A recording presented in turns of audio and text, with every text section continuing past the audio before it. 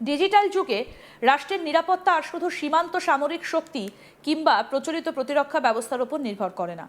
একটা দেশের গুরুত্বপূর্ণ অবকাঠামো, বিদ্যুৎ ব্যবস্থা, আর্থিক প্রতিষ্ঠান কিংবা পারমাণবিক স্থাপনাও এখন সাইবার হামলার লক্ষ্যবস্তু হতে পারে। ভারতের বৃহত্তম পারমাণবিক বিদ্যুৎ কেন্দ্র কুডানকুলামকে ঘিরে সাম্প্রতিক তথ্য ফাঁসের অভিযোগে সেই বাস্তবতাকেই সামনে এনে দিয়েছে। ডার্ক ওয়েবে র্যানসমওয়্যার গোষ্ঠী ওয়ার্ল্ড লিক্সের প্রকাশ করা বিপুল সংখ্যক নথি যদি সত্যি তাদের প্রকল্প সংশ্লিষ্ট হয়ে থাকে, তাহলে এটা শুধু কর্পোরেট তথ্য চুরির ঘটনা নয়, বরং গুরুত্বপূর্ণ জাতীয় অবকাঠামো নিরাপত্তা ব্যবস্থার উপর একটা বড় প্রশ্নচিহ্ন। তামিলনাড়ুর কুর্নাকুলাম নিউক্লিয়ার পাওয়ার প্ল্যান্ট ভারতের পারমাণবিক বিদ্যুৎ কর্মসূচির অন্যতম গুরুত্বপূর্ণ অংশ। দেশের জ্বালানি নিরাপত্তা নিশ্চিত করা, জীবাশ্ম জ্বালানির ওপর নির্ভরতা কমানোর লক্ষ্যে ভারত যে পারমাণবিক শক্তি সম্প্রসারণ পরিকল্পনা গ্রহণ করেছে, তার কেন্দ্রে রয়েছে এই প্রকল্প। ফলে এই বিদ্যুৎ কেন্দ্রের সঙ্গে যুক্ত যে কোনো নিরাপত্তা ঝুঁকি স্বাভাবিকভাবেই জাতীয় গুরুত্বের বিষয় হয়ে ওঠে। ওয়ার্ল্ড লিক্স দাবি করেছে তারা রিলায়েন্স গ্রুপ থেকে বিপুল পরিমাণ তথ্য সংগ্রহ করেছে এবং তার মধ্যে কুর্নাকুলাম প্রকল্প সম্পর্কিত নথিও রয়েছে। রিলায়েন্স জানিয়েছে তৃতীয় পক্ষের ডেটা সেন্টার পরিষেবা প্রদানকারী ইয়োট্টার একটা সার্ভারে তাদের তথ্যের আংশিক লঙ্ঘন ঘটেছে এবং বিষয়টা সরকারকে জানানো হয়েছে। তবে প্রতিষ্ঠানটা কী ধরনের তথ্য ক্ষতিগ্রস্ত হয়েছে তা বিস্তারিতভাবে প্রকাশ করেনি। এই অস্পষ্টতায় উদ্বেগ বাড়িয়েছে, কারণ গুরুত্বপূর্ণ অবকাঠামোর ক্ষেত্রে তথ্যের প্রকৃতি এবং পরিমাণ জ্বালা নিরাপত্তা মূল্যায়নের জন্য অত্যন্ত গুরুত্বপূর্ণ। এক সংবাদ মাধ্যমের প্রতিবেদনে উল্লেখ করা হয়েছে প্রায় 19,000 ফাইল, যার মোট আকার 14.3 গিগাবাইট ডার্ক ওয়েবে পাওয়া গিয়েছে। এসব নথির মধ্যে কথিতভাবে প্ল্যান্টের কিছুটা অংশের নকশা, সরবরাহকারী প্রতিষ্ঠানের তথ্য, পরিদর্শন প্রতিবেদন, সভার নথি, যন্ত্রপাতি, মূল্যায়ন এবং বীমা সংক্রান্ত কাগজপত্র রয়েছে। যদিও এসব নথির তথ্যতা স্বাধীনভাবে যাচাই করা সম্ভব হয়নি, তবুও এগুলোর প্রকৃতি নিয়ে উদ্বেগের যথেষ্ট কারণ রয়েছে। কারণ পারমাণবিক স্থাপনার নিরাপত্তা শুধু মূল রিঅ্যাক্টর প্রযুক্তির ওপর নির্ভর করে না। একটা পারমাণবিক বিদ্যুৎ কেন্দ্র একটা জটিল ব্যবস্থার সমন্বয়ে পরিচালিত হয়, যেখানে প্রকৌশল ব্যবস্থা, সরবরাহকারী নেটওয়ার্ক, রক্ষণাবেক্ষণ ব্যবস্থা, প্রশাসনিক তথ্য এবং প্রযুক্তিগত অবকাঠামো একে অপরের সঙ্গে যুক্ত থাকে। কোনো একটা অংশের তথ্য ফাঁস হলেও তা ভবিষ্যতের হামলার পরিকল্পনার ব্যবহার করা হতে পারে। নিউক্লিয়ার থ্রেট ইনিশিয়েটিভের বিশেষজ্ঞ নিকোলাস রথ যে বিষয়টা তুলে ধরেছেন তা এখানে বিশেষভাবে গুরুত্বপূর্ণ।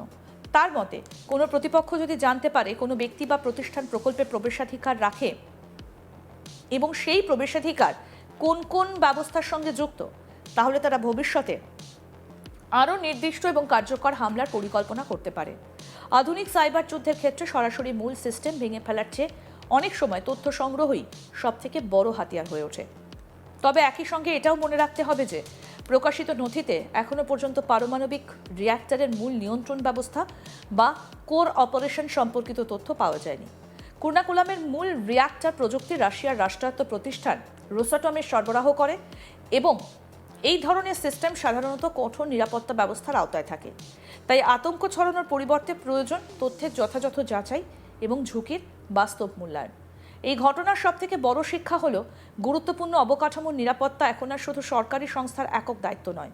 আধুনিক প্রকল্পগুলোতে সরকারি প্রতিষ্ঠান, বেসরকারি ঠিকাদার, প্রযুক্তি সরবরাহকারী এবং ডেটা সেবা প্রদানকারী সবাই নিরাপত্তা ব্যবস্থার অংশ। যে কোনো একটা প্রতিষ্ঠানের দুর্বলতা পুরো ব্যবস্থাকে ঝুঁকির মধ্যে ফেলতে পারে।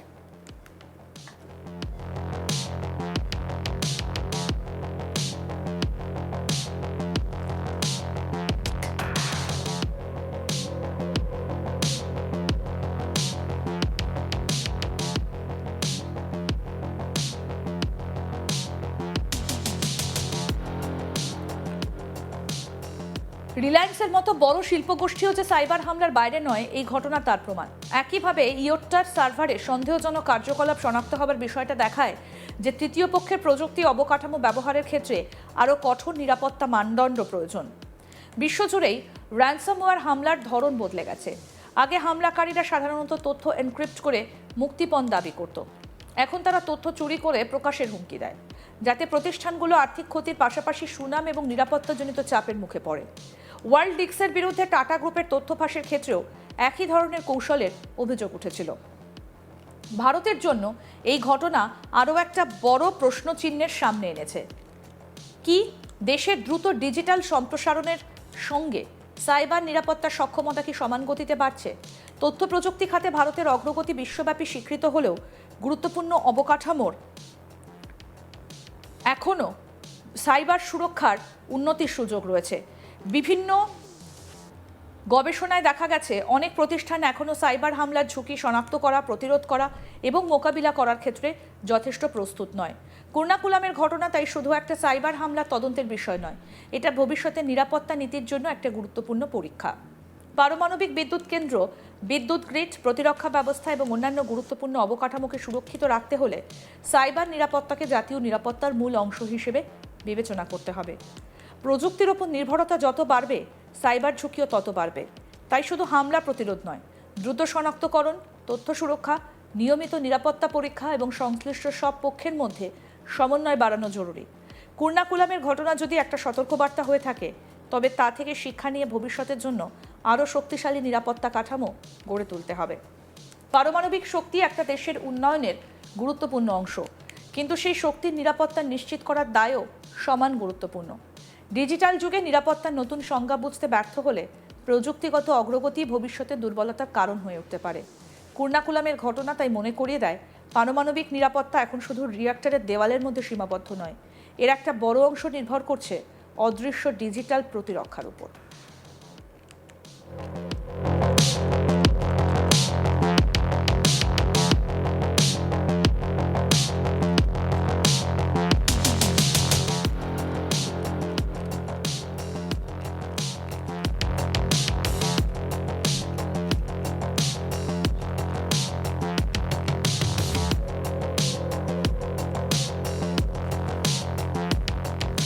এক সংবাদ মাধ্যমের প্রতিবেদনে উল্লেখ করা হয়েছে, প্রায় 19,000 ফাইল, যার মোট আকার 13.3 গিগাবাইট ডার্ক ওয়েবে পাওয়া গেছে।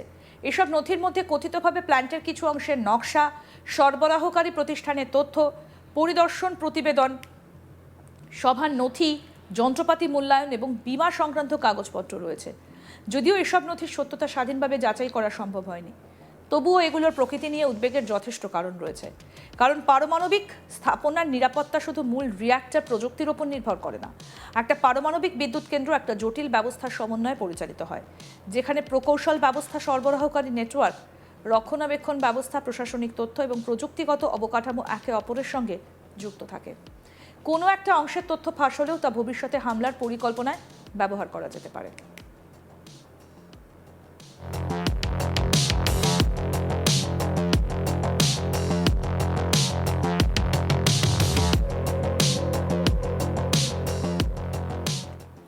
আরও আপডেট পেতে দেখতে থাকুন আজ তাক বাংলা, সাবস্ক্রাইব করুন।